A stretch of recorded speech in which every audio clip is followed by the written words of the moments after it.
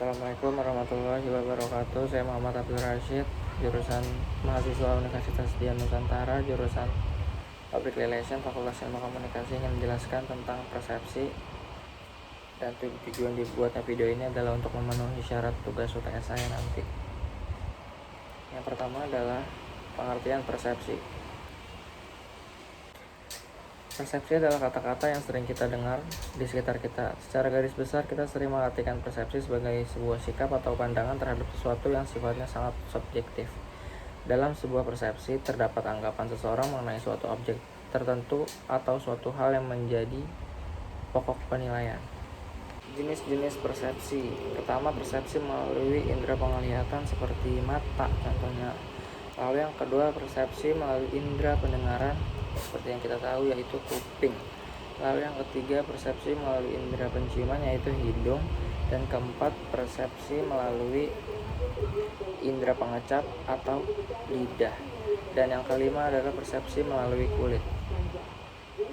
Dari kulit kita dapat merasakan rasa sakit, perbedaan, tekanan, dan temperatur.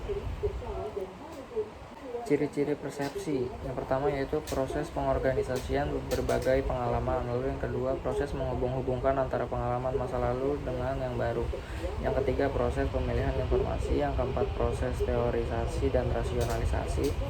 Yang kelima, proses penafsiran atau pemaknaan pesan verbal dan non-verbal.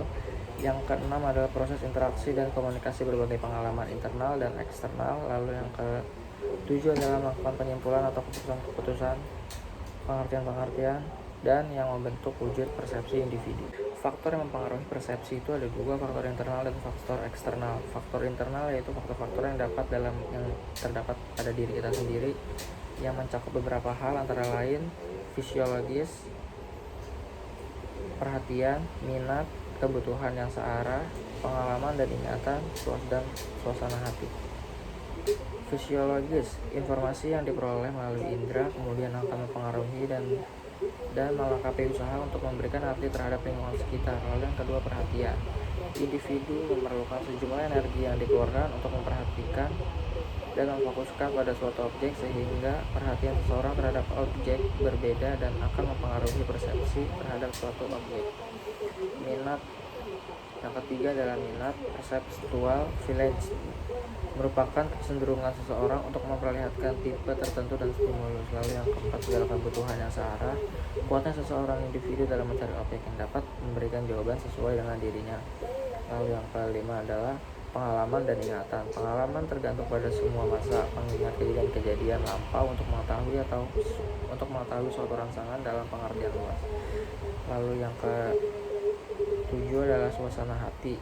Keadaan emosi mempengaruhi perilaku seseorang dalam menerima, bereaksi, dan mengingat.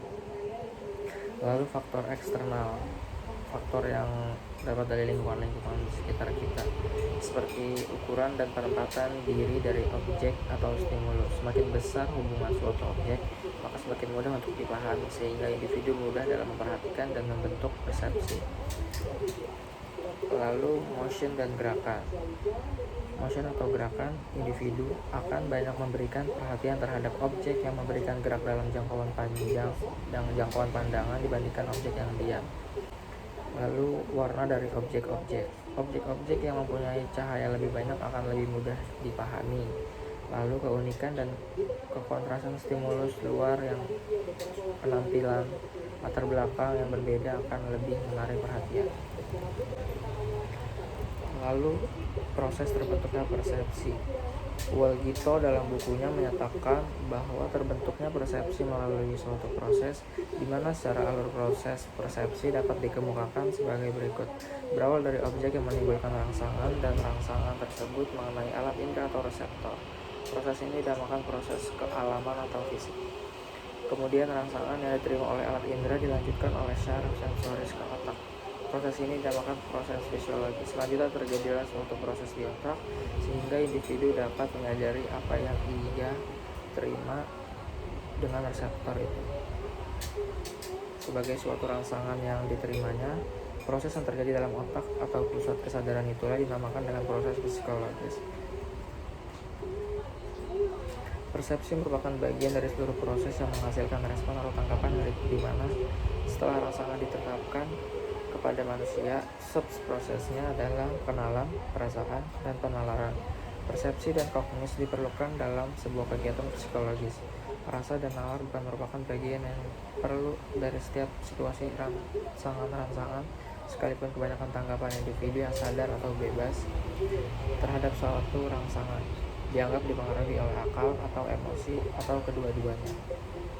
Mungkin itu aja dari saya, kurang lebihnya mohon maaf. Wassalamualaikum warahmatullahi wabarakatuh.